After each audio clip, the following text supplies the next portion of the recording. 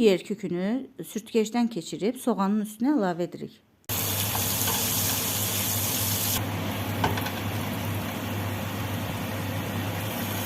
Əvvəlcədən isladılmış 1 stakan yarım perlova arpanı tavaya əlavə edirik.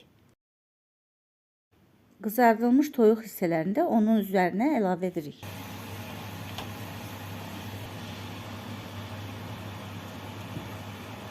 Ədəvalardan duz, istiot və toyuq bulyonunu üstünə çıxana qədər töküb, tavanın ağzını örtüb qoyuruq vamodda bişməyə.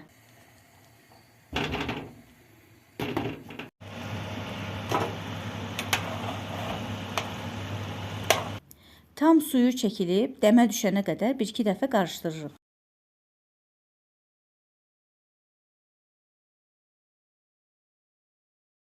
Yeməyimiz hazırdır. Nuş olsun.